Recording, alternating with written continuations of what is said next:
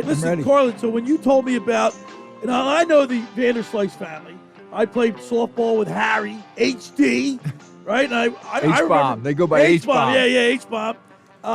We played with the Playland softball team. I've known the Vanderslice. I know Harry's wife. We grew up with Dawn. On the play. We were little kids on the beach, right? So, but the Vanderslice family is synonymous with sports in South Jersey, right? Oh, what a sports family! Yeah. I mean, you go past 34th Street, right? Well, I remember growing up, in the summers down there, watching Coco and Stephanie play on 34th Street courts. Yeah, imagine the two of them played at Villanova together. Tell us, so our next guest, and we'll bring her up here in a second, but just tell our listeners some of the accomplishments. I mean, I wasn't aware of the fact that she was in the Big Five Hall of Fame. Yeah, well, so we go South Jersey Hall of Fame, right? Villanova Hall of Fame, Big Five Hall of Fame. She's the #1 college coach in the Atlantic 10 right now for women's basketball. She's 11th in the whole country for an active coaching in women's basketball. That's absolutely amazing. The stats are unbelievable. And here she's from right here, Ocean, right from our little City. Bubble that we call it, our little Ocean City bubble. And on top of all that, I've known her for so many years, and I never gave her probably the respect that she needs after I did this homework. Well, today. Because she's just a great person. Yes. The whole family. It's one after another. I've golfed in the Vanderslice Davis tournament. Mm-hmm. And that's on Wednesday. Years. Yeah. I'm mad at Dunleavy and Frank Unger. They didn't call me this year. I didn't get a phone call. My phone didn't ring. Well, without any further ado, let's go to the Maserati, the Mainline Sports Hotline, and welcome into the locker room the head coach of the Fordham girls basketball team and our own Stephanie Gaitley. Good morning, Stephanie. What's up, guys? How we doing? Stephanie, I'll tell you what, man, growing up with the Vanderslices, the Harry HD, and watching you and your sister play in the courts, I'll tell you what, just some great times growing up, man. Oh, my God, some great memories. We actually had some Legends games a couple of years ago where we brought all the oldies but goodies back to 34th Street. I'm like, but I'm kind of blaming it now, Billy, on the fact I just had knee replacement, a month ago. And I'm like, I think it's from all those, from 8th grade on, being down the courts from 10 in the morning to 10 at night. So. But good time. Mike Carlin wants to know. He's very curious about, and I think we're going to start off with this. You're going to start? Yeah, I want to start off with this. Go ahead, Mike. Yeah, you ask. It was your question, but I like it. So, Steph, I said to Billy, I said, I'm going to end with it, but I'm going to start with it. But he can't. He doesn't want me to wait. So, I'll get right to it. You ready? I'm ready, baby. When was the time that you got to playing basketball with Harry, where you finally looked at him and like, today's the day you're going down? Like, I'm done with you pushing me around. Yeah, this is no more backing down on me. Today you're going down. Or did you get to that point? Oh my God! You know what? I got to be honest. Like H and I didn't go a lot of one-on-one. Like he would come down 34th Street, but I got to be honest. I loved him on my team because he played so hard. Like he was just a scrapper. He freaking knew his role. He's not a shooter. So he knew his role. Listen to this. He knew his role. I respect it. That's a coach. I hope Harry's listening because when I see him next, he's going to tell me. I'm going to say, Stephanie said you knew your role. You knew your role. Oh, that's a coach great. Respects that. A coach respects that. Hey, Stephanie, you're in town for the Under Armour showcase in Atlantic City, and you're obviously recruiting. You've had a lot of success at Fordham. The #1 winningest coach right now, active in the A10. What do you attribute that to? Obviously, your knowledge of basketball, but what do you attribute that to? Your success? My brother Harry would say H-bomb. I attribute all my success to H-bomb. So, I gotta be honest, Bill. I think it's like just growing up in a sports family. My mom played. Obviously, you saw how much my dad was involved with the community. My sister Tara played, and then the first time in NCAA history that 3 sisters played in the same game was myself, Courtney, and Coco. So, it was just something. I had a great coach, Pat Doherty, at Ocean City. She was fantastic. She was ahead of her time, and it was just, an honor to be on that team. And Tara started, when she started with the program, they started a winning streak in the Cape Atlantic League. And when I got there, it was my senior year. We won the 100th straight game without a loss. So it was like you were part of tradition. So, it's just something that was always in my blood. And I had some, my family were my best friends. They were my great teachers. And then I had some really good mentors along the way. Steph, I was looking at some of the records and stuff like that, and then it really hit me being a personal and knowing the family like I do. What was it like to really have Coco on the same team with you, like a sister and sister playing at that level? Courtney was on my team, and Coco was at FDU. But the funny story about Coco is when we played them my senior year, we were guarding each other, and we had a really good team my senior year. We went to the Final Four. We were ranked 11th in the country, so we were really good. So we were up a fair amount, and so I'm guarding Coco. We're guarding each other. I'm like, I'll let you score if you let me score. Like it was awesome. I mean, Coco was my, like a person I work with all the time. Her and I would go and work out all the time. And Courtney was probably the best athlete of all the girls. She wasn't as into it as Coco and I was, but she was just an incredible athlete. And so therefore, that obviously evolved in her going to Villanova and had great success because she's so much smarter than me. Not a better basketball player, but definitely smarter than me. We're talking with Stephanie Gaitley, a.k.a. Vanderslice, the head coach of the Fordham girls basketball team. And like I said, you're in town for a couple reasons. One, you're going to be recruiting. You're looking at some girls. Anybody in this area that you're looking at specifically? Well, you know what? There's so many teams. There's over 300 teams. Like It's packed here. So it's just you're kind of going court to court, and you're just, for me, I'm lucky. I'm at this stage of my life as a head coach where in fact, my assistant that's with me is Lauren Holden, who's an all-time great at Lower Cape May Regional. So Lauren played for me, and now she's my assistant coach. And so she meets me in the morning. She gives me the list. These are the courts you got to go to. Here's who you have to watch. And so, the assistants kind of go out and get all the names, and I just kind of follow the names and just, check off whether I think they're good enough or not. Steph, when I was looking at your roster, it looks like you go from Boston down to Delaware, like right along the coast. Are you looking for a certain player, coming up this year? Are you looking for a forward or a guard? Are you looking for a point guard? Is it every year different than what you're looking for who's leaving? Every year's different. I mean, I gotta be honest, Mike.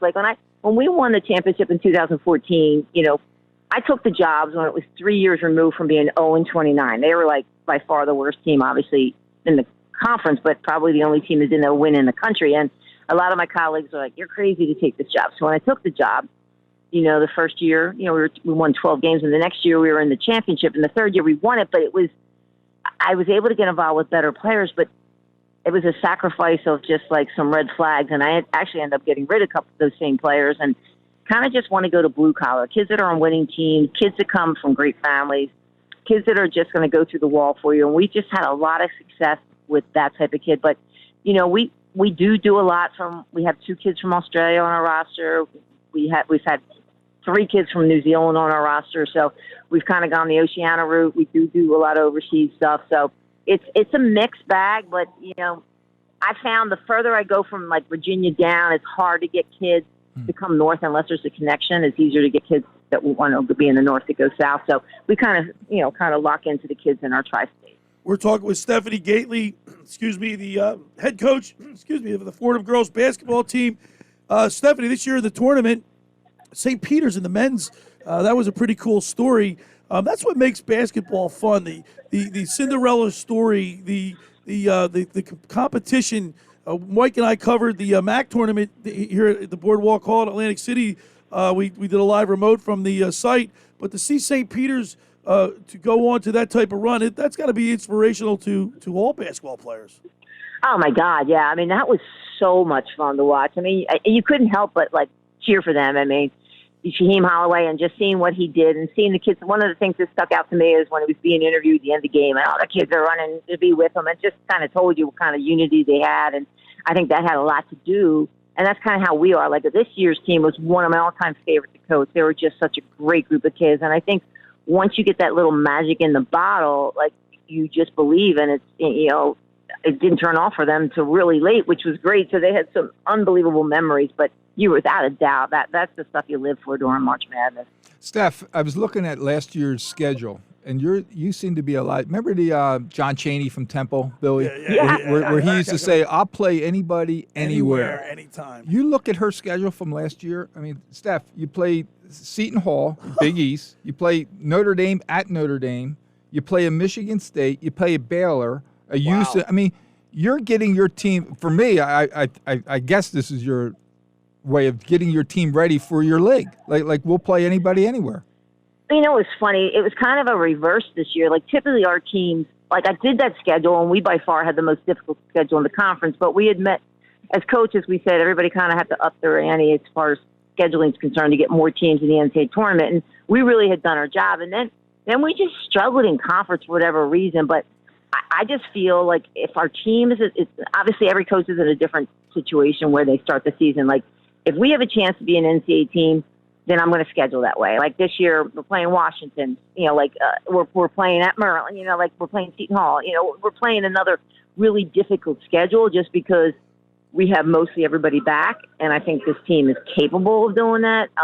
The following year, we lose a lot, so we might have to, you know, kind of take it down a little bit. But I mean, that's part of the recruiting process too. Is that, you know, and it's funny you said it because Coach Cheney and I were very close. He was one of my mentors, and him and I stayed in touch. I talked to him right before he passed away because his birthday is January 21st. And I'm like, we have at practice what we call our Cheney chart. And Coach and I would talk about it a lot. Like I went to one of his practices and I saw after practice, these guys get in a circle and they're going over these numbers. And he talked to me about it. He goes, yes, you know, we track everything. And he goes, this one kid was kind of complaining about it. I'm like, yeah, another minus 10 for you for complaining. Like he just was great. And what it does is it, you know, it kind of goes for accountability. Like my first year at Fordham, this freshman that I heard it when I took the job was like, you know, what can I do to play? I said, you're freaking minus 200 on the Cheney chart. Like, if you can't get it done in practice, how the hell am I going to put you in a game? Right. So, like, it starts with practice and accountability. So, yeah, he's a practice. We talking about practice? Billy, come on, Iverson. Come on, Steph. You know what Billy may not know about you and your team? You know, year in, year out, she's rated like in the top 20 on defense. I mean, she is a defensive prowess, yeah. She stresses defense, and you see it from the start of the game to the end of the game. So Stephanie, that leads me to my next question for you: is that you know, we hear a lot about in the men's game how these athletes are, you know, changed. And I know that when you watch girls basketball, they're more fundamentally sound. I think than fundamentals. The fundamentals, and the guys have really gotten away from the fundamentals of basketball. How hard is it to, like, with the girl basketball player? Have they changed over the course of time that you've been coaching?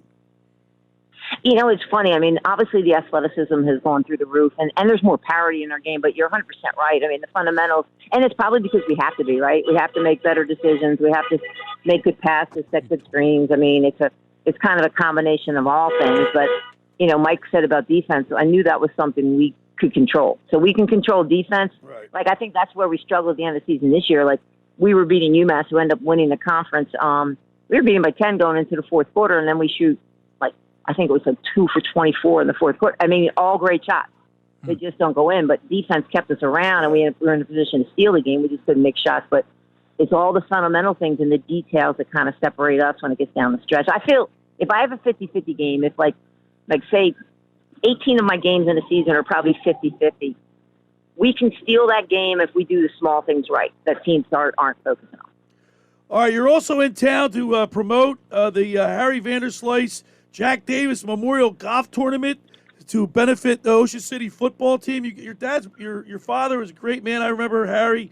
For 23 years, you guys have been doing this. Tell us about the Memorial Fund and the golf tournament that is Wednesday at the Great Bay Country Club. Yeah, this one, you know, again, it's going really well. It's been a total team effort. My sister Val has really been she is ridiculously good about it because, you know, she had started it, and then obviously her husband, Jack Davis, had passed away suddenly. And so this is something that she really throws herself into and does an incredible job. And now it's really brought the family together. And with my mom passing this last year, this will be the first time my mom is involved. And it's just something that, you know, we feel like kind of keeps their memory alive, so to speak. And we see it's a great time to gather. And we have there's an online auction that has incredible things. If you look that up, there's you know, stuff that we offer, like our camps, and we have three weeks of camp in Ocean City, but it's just what I love about it is you know, it kind of keeps what my dad did. It was all about giving to others and the football scholarships. I mean, this will be the first year I don't play because I just had, you know, knee replacement, but my husband was good enough to get a golf cart from I think it's an Orange Moose in Ocean City. We're getting a golf cart, and we're going to be the beer cart. Like, I'm taking. Hey guys, I'm taking one for the team. I figure, you know what? Hey, I can drive around and give out the beers. I'm okay with that. But it's sold out. It's got unbelievable online auction things going. It's just going to be an incredible day. So Stephanie, how do people get? What's the? How do you participate on the online auction? Where do people go? You know, if you go to my Twitter at Coach Gaitley, I've pinned something that has all the online auction information. So all that stuff is on there. Like I said, Twitter at Coach Gaitley, and it's like you'll see right away. It'll have you the online auction site where you can go right to it. And it, like I said, it's got some really, really good things. I mean, different, like a stay at Cold Nugget, like a couple days in Ocean City, like these unbelievable, like wine and, booze baskets, and then like a trip to the Palestra with And Steph, you're leaving out the best one, I think. The best one is you and your staff coming to, Yes, I was trying to be humble about that. Yeah. Talk about that. Well, our staff will come out and do a clinic for your team. We also have one where you do a day with the Rams. Yeah, you do a day with the Rams where you'll come to a game and you'll be in the locker room with me before we go out with our team. Oh, that's awesome.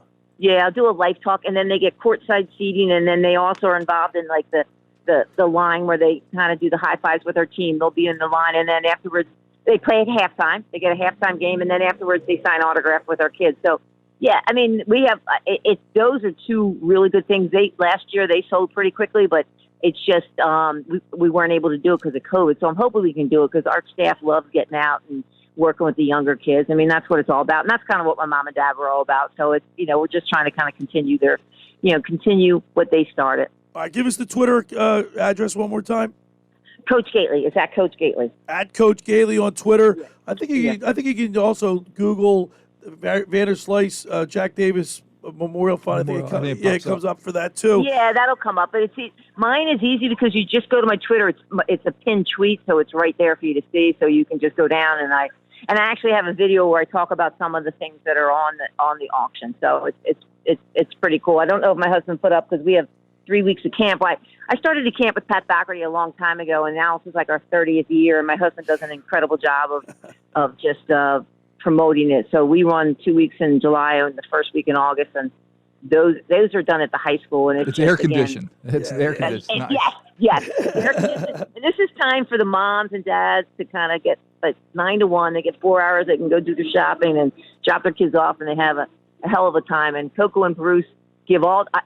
Coco always says, "All right." She gives me her American Express. She always does all the trophies. She actually orders championship rings, which cost a lot. And I'm like, but it was like $2,500. I'm like, Coco. And Coco works the camp, and she is like the camp favorite. And I'm like, oh my God, like Coco's paying to work the freaking camp. Like it's amazing, Well, Stephanie, we really appreciate you taking time today and coming on the program to share some great sports talk with you. We're gonna promote the. We'll have her back during the season. Yeah, we'll have you back during the season and promote the Vanderslice Jack Davis Memorial Golf Tournament, which is Wednesday at the Great Bay Country Club. Thank you so much, Stephanie. We really appreciate it. By the way, I'm going to let Harry know that his role. He knows his role. Hey, wait, Billy, you and Mike go 1-on-1. Who wins that in the past and the present? All right, you and Billy. Oh, come on. That's taller than I am. Come on. We don't even have to talk about that. Although I had a pretty good jump shot. You won't get it off. All right, Stephanie, thank you so much. We really appreciate it. Guys. I really appreciate it. Take care. See you, honey. Bye-bye. I love it when, in fact, she said Harry knows his role. All right, there is Stephanie Gaitley on the Maserati, the Mainline Sports Hotline.